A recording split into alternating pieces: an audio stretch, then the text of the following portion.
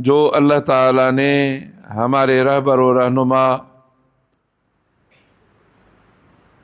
سید الانبیاء والرسل خاتم النبیین محمد الرسول اللہ صلی اللہ علیہ وسلم کو عطا فرمائی، اور وہ ہے پرواز معراج۔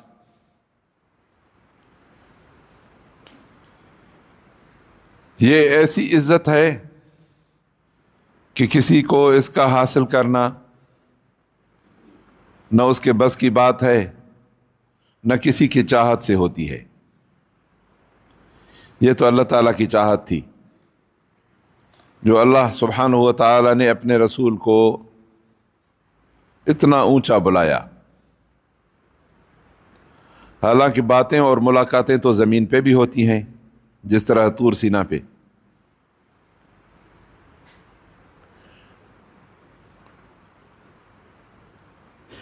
جو اللہ تعالیٰ فرماتے ہیں کہ وَنَادَيْنَاهُ مِنْ جَانِبِ الطُّورِ الْأَيْمَنِ، ہم نے موسیٰ کو طور کے سیدھے طرف سے بلایا۔ یہ سب کچھ ہو سکتا تھا، لیکن اعزاز اس کا نام ہے جو اللہ تعالیٰ نے نبی انور صلی اللہ علیہ وسلم کو عطا فرمایا۔ فرمایا کہ میں تمام انبیاء کا سردار ہوں، اس بات پہ فخر نہیں۔ ہر بات میں ایک سبق ہے ہم انسانوں کے لیے، امت کے لیے۔ جو بات بھی آپ صلی اللہ علیہ وسلم فرماتے ہیں، قرآن مجید ہو یا آپ صلی اللہ علیہ وسلم کا کوئی کلام مقدس ہو، حدیث شریف ہو، سب ایک ایک لفظ میں ہمارے لیے زندگی گزارنے کے لیے انتہائی خوبصورت اور رہنما اصول ہیں۔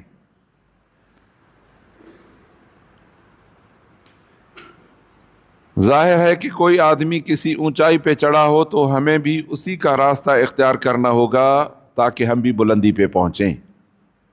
یہاں دنیا میں ہر آدمی کی تقاضا یہی ہوتی ہے کہ میری عزت ہو۔ کون کہے گا کہ میری عزت نہ ہو یا میری بے عزتی ہو؟ کوئی نہیں چاہتا، سوا ان لوگوں کے جو فطرت کے بگڑے ہوئے لوگ ہیں۔ حضرت والد گرامی فرمایا کرتے تھے کہ جانور بھی بسا اوقات عزت مانگتے ہیں۔ اس کا ایک واقعہ سناتا ہوں آپ کو۔ حضرت کے گھر میں ایک ہرن ہوتا تھا، پالتو۔ فرمایا کہ ایک دفعہ میں نے روٹی کا ٹکڑا اس کو دیا، لیکن آنکھوں میں ڈال کر۔ میں نے خود ان کی بات یہ سنی اپنے کانوں سے۔ فرمایا کہ میں نے اس طرح روٹی کا ٹکڑا اس کو دیا، لیکن اس طرح دیکھ کر ذرا آنکھ میں ڈال کر۔ کہا اس نے نہیں لیا، میں نے واپس کر لیا۔ پھر اس کے ساتھ تلطف کیا، نرمی کی، اسی طرح کھلایا، کہا اس نے لے لیا۔ ایک جانور ہے، اسی کو بھی اچھا جانور، مردار جانور نہیں، اس کو بھی یہ احساس ہے کہ اگر عزت ہے تو ٹھیک ہے، نہیں تو نہیں چاہیے۔ تو عزیزان گرامی، ہم تو احسن تقویم کے مالک ہیں، ہمیں ضرور عزت چاہیے، لیکن عزت کون سی ہے؟ میں دور کی مثال دوں گا، قریب نہیں۔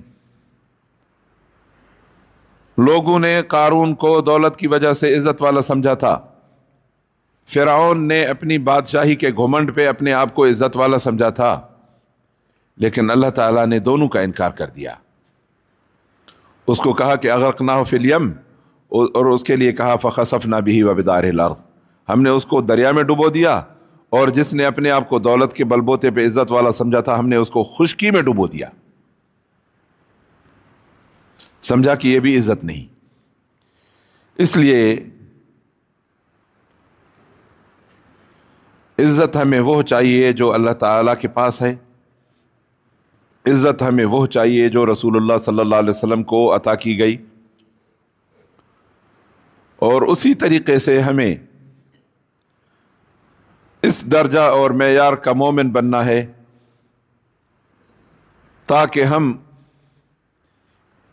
اس وراثت کے کچھ لائق تو نہیں بن سکیں گے، لیکن عنایت ہوگی کہ انما انا قاسم واللہ یعطی۔ یہ جامع بات ہے، لیکن اگر عزت کی بات کو لی جائے تو بھی وہیں سے ملے گی، اللہ کی طرف سے آئی، رسول اللہ صلی اللہ علیہ وسلم نے تقسیم فرمائی، اور اللہ فرماتے ہیں کہ ان العزت للہ ولرسولہ وللمؤمنین۔ جب ہم اچھی طرح مومن بننے کا مظاہرہ کریں گے تو شاید اس ہتھیلی پہ تھوڑی سی عزت پڑ جائے۔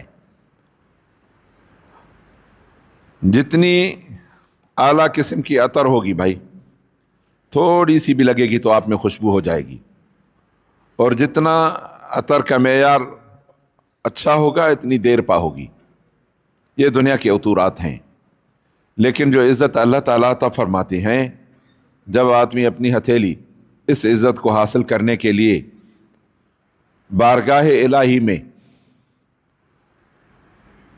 پھیلاتا ہے تو یقین جانیے کہ اللہ تعالیٰ کی ذات اتنی مہربان ہے کہ اس کو واپس نہیں بھیجتی۔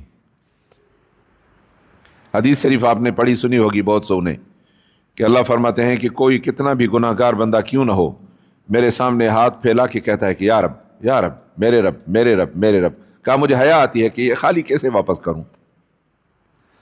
تو میرے بھائیو، اللہ تعالیٰ نے آپ کو جس عزت کے لیے ہاتھ نہیں بلکہ اپنی دامن پھیلانے کے لیے اس ایوان میں جمع کیا ہے، یقین جانیے کہ یہاں سے یہ دامن خالی نہیں جائے گا، ایک شرط سے، کہ جو آپ صلی اللہ علیہ وسلم نے فرمایا، جو صحیح بخاری کی بالکل ابتدا میں آپ پڑھی ہے کہ انما الاعمال بالنیات۔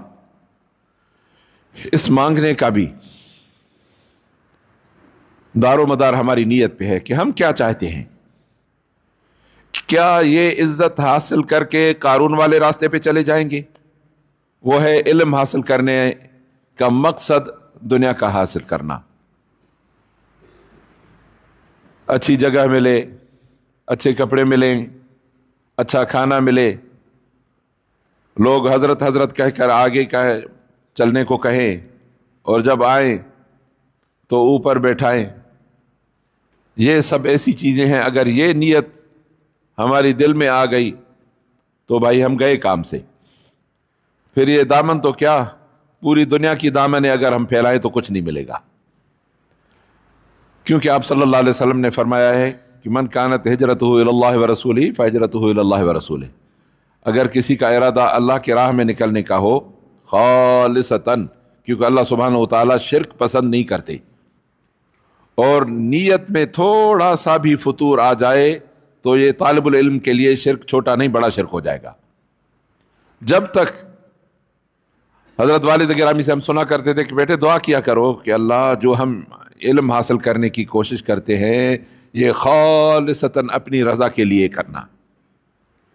یہ دعا بار بار، یہ جو 5 نمازوں کے بعد ہم دعائیں کرتے ہیں نا، اس دعا میں طالب العلم کو یہ لازماً دعا کرنی چاہیے کہ اللہ جو میں علم حاصل کرنے کی کوشش کر رہا ہوں یہ خالصتاً تمہاری رضا کے لیے ہو اور کسی مقصد کے لیے ہی نہ، پھر انشاءاللہ یہ مل جائے گا۔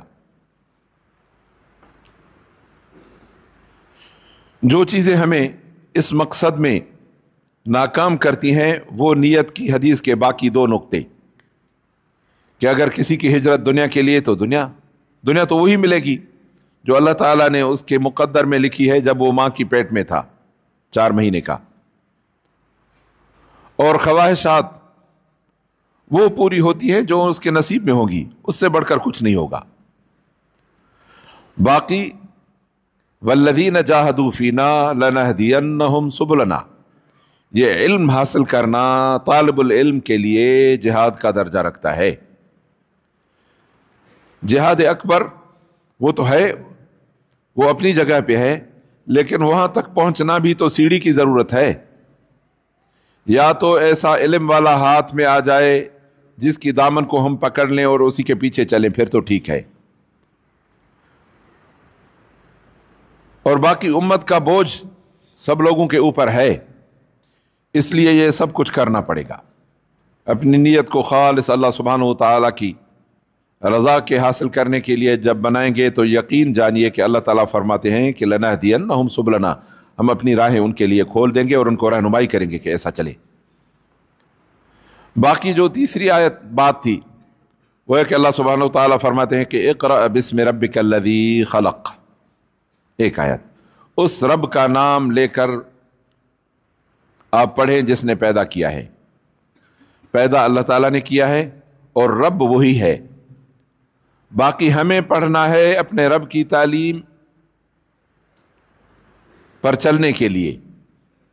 تو اس آیت میں ہے کہ اللہ تعالیٰ نے فرمایا کہ رب میں ہوں، میں دوں گا. اگر اس میں الجھ گئے تو وہ حدیث والی نیت آڑے آ جائے گی کہ اگر ارادہ اور نیت ہوگی دنیا کے حاصلات کی تو پھر وہی ہوگی، باقی آگے نہ جا سکیں گے. میں آپ کو ایک واقعہ بتاتا ہوں. ابھی کوئی میرے خیال میں سال بھر پہلے وہاں مدرسے میں بیٹھا ہوا تھا، پڑھا رہا تھا. لوگ مر رہے ہیں کہ سرکاری نوکری مل جائے. سب لوگوں کی یہ تمنائیں ہوتی ہیں کہ ہمیں نوکری مل جائے. پھر حلال اور حرام سے کوئی تعلق نہیں ہوتا ہے، بس سمجھتے ہیں کہ نوکری مل گئی تو ہم خوشحال گزاریں گے. کس طرح خوشحال گزاریں گے؟ جس طرح یہ واقعہ بتاتا ہوں آپ کو، یہ کہ دوران تعلیم وہاں ایک آدمی آ گیا، سبق سے فارغ ہوا تو اس نے احوال بتایا، اپنی تکلیفیں، بھوک، پریشانی، بچے، ان کے خراب رویے، یہ سب کچھ بیچارے نے شکایت کی.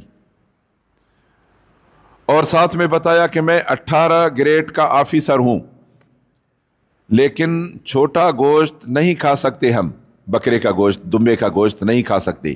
البتہ بڑے کا گوشت، گائے وائے کا گوشت بھی اتنا نہیں لے سکتے کہ پیٹ بھر کر کھائیں. رو رہا تھا. آفیسر بیٹھا ہوا ہے ادھر چٹائی پہ نیچے، رو رہا تھا.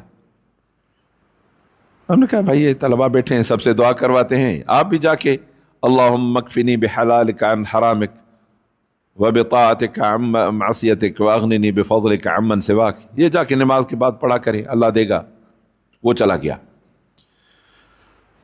12 بجے چھٹی ہوتی ہے. جیسے ہی چھٹی ہوئی تو میں اٹھا تو اسی ایک چھپر کے نیچے طلبہ کھانا بھی کھاتے تھے. 12 بجے وہ اپنا سالن تقسیم کر رہے تھے، برتنوں میں ڈال رہے تھے کھانے کے لیے. اب چھٹی، تعلیم ختم، حاضری ہو گئی، اب کھانا کھائیں گے. حالانکہ میری عادت نہیں تھی، لیکن اللہ تعالیٰ نے میرے سامنے یہ حقیقت کھولی تاکہ میں اپنے بھائیوں کو بتاؤں. میں نے اچانک اس دن پوچھا کہ بیٹے کیا کھا رہے ہو؟ تو انہوں نے کہا کہ رات ایک بکرا ملا تھا وہ کھا رہے ہیں. میں نے کہا کہ رب تمہاری مرضی ہے، تم جسے کھلاؤ. وہ تو بیچارہ آفیسر تھا 18 گریڈ کا، وہ رو رو کے کیا ہے کہ بکرا تو ہم نہیں کھا سکتے، بڑا گوشت بھی نہیں ہے ہمارے پاس. جیسے ہی نکلا باہر تو ایک موٹر سائیکل آئی، اس پہ 2 آدمی، انہوں نے ایک بکرا لا کے کھڑا کیا، کہا یہ طلبہ کے لیے ہے. سچ بتاؤں میرے آنکھوں سے آنسو نکل آئے. میں نے کہا رب ہم لوگ اتنے غافل ہیں کہ تمہیں چھوڑ کر سرکاری نوکریوں اور دنیا کے پیچھے بھاگ رہے ہیں، اور تم دنیا کو ان قرآن والوں کے پیچھے بھگاتے ہو. اور یہ حدیث شریف میرے یاد میں آ گئی کہ آپ صلی اللہ علیہ وسلم فرماتے ہیں، حدیث قدسی ہے کہ من شغلہ القرآن عن ذکری و مسألتی اوتیہ افضل ما اوتی السائلین، جو میرا بندہ اس قرآن شریف کے ساتھ مشغول ہو گیا اور مجھ سے دعا بھی نہیں مانگتا کہ اللہ کپڑے دے، اللہ روٹی دے، اللہ بچے دے، بیوی دے، گھر دے، نہیں، قرآن پڑھ رہا ہے، کہا کہ میں مانگنے والوں سے اچھا اس کو دوں گا. دفتر میں جا کے بیٹھا کہ تیسرے ایک حافظ صاحب نے فون کیا کہ میرے پاس صدقے کا بکرا کھڑا ہے، میں طلباء کے لیے بھیجتا ہوں. بھائیو اب بتاؤ کہ 18 گریڈ تو آپ کا نہیں ہے، آپ کو تو گریڈ ہی نہیں ہے. آپ لوگ جب یہاں سے مولوی ہو کر جائیں گے نا، حافظ ہو، قاری ہو، مولوی ہو، مفتی ہو، لیکن یہ وفاق وغیرہ کی ڈگری نہ ہو، عالم پورا ہو، وہ جائے گا نادرا کے پاس کہ بھائی میرا کارڈ بناؤ. کہا بھائی اپنا تعلیمی سرٹیفکیٹ. کہا میرے پاس تو کوئی نہیں، میں عالم ہوں، میں مفتی ہوں، میں حافظ ہوں، پورا قرآن سنا سکتا ہوں بھی. کہا نہیں بھائی میٹرک ہے، انٹر کا سرٹیفکیٹ ہے؟ کہا نہیں ہے. کہا اس کو لکھو ناخواندہ، ان پڑھ. آپ ان پڑھ ہیں ان کی نظر میں، لیکن اللہ تعالیٰ جب دیتا ہے تو اللہ یہ نہیں دیکھتا ہے. اللہ فرماتے ہیں کہ میری قرآن کا پڑھنے والا کون ہے، اس کو بھی رزق دوں گا اور اس کے طفیلے میں پوری امت کو رزق دوں گا. ان اللہ یرزقکم بصلحائکم وضعفائکم، ایک تو آپ کے صالح اور اچھے، اور پھر آپ کے ضعیف اور کمزور. حضرت والد گرامی تعالی اللہ درجتہم فرماتے تھے کہ چھوٹے طالب جو ہمارے قرآن مجید پڑھتے ہیں صبح کو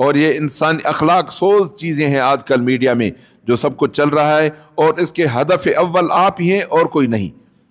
یہ کالج اور اسکولوں کے طلباء تو ان کے خود شکار ہیں، لیکن یہ جو ہدف اول بناتے ہیں یہ ہمارے طلباء کو اور علماء کو بناتے ہیں۔ اس لیے خدا کے لیے اپنے آپ کو بچانا، نہ یہ چیزیں لینا ہماری ذمہ داری ہے، نہ ان کا اخراج اور ان کی ضروریات پوری کرنا ہماری ذمہ داری۔ ہر ایک اپنی جیب سے، اپنے والدین کی جیب سے پوری کرے گا، لیکن تباہی اور بربادی اپنی اور امت کے پورے معاشرے کی کرے گا۔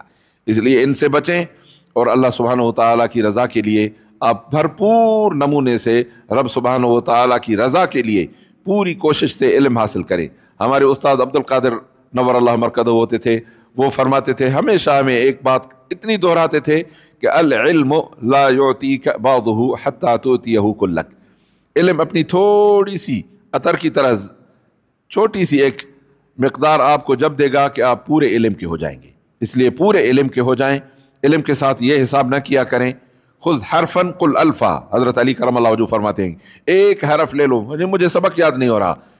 ہمارے مرشد ہیں سلسلہ قادریہ کے حضرت علی کرم اللہ وجہہ، وہ فرماتے ہیں کہ 1000 دفعہ اس کو دہرائیں۔ اب بتائیں کہ اگر ایک آیت، ایک سبق، ایک مسئلہ 1000 دفعہ دہرائیں گے، یاد نہیں رہے گا؟ آ جائے گا بھائی، چیزیں سب آسان ہیں۔ بس اللہ سبحانہ و تعالیٰ کی بارگاہ میں ہم سائل ہیں کہ اللہ تعالیٰ ہمیں پوری طرح اللہ اور اللہ کے رسول صلی اللہ علیہ وسلم کی جو دیندار لوگوں کے لیے تقاضائے ہیں اس معیار پہ پورا اترنے کی توفیق عطا فرمائے، اور اللہ سبحانہ و تعالیٰ خالصتاً اپنی رضا کے لیے اس علم حاصل کرنے کی توفیق عطا فرمائے، اور ہمیں تمام فتنوں، آزمائشوں اور مصیبتوں سے بچائے، دین، ایمان اور اخلاص کے ساتھ ہمیں اس دنیا میں زندگی گزارنے کی توفیق عطا فرمائے، تاکہ ہمارا آخر یہ ہو جو سلسلہ قادریہ کی دعا ہے کہ اے اللہ ہمیں ایمان، اسلام اور احسان کامل سے اس دنیا میں سے ہمارا خاتمہ بالخیر کرے۔ آخر دعوانا الحمدللہ رب العالمین۔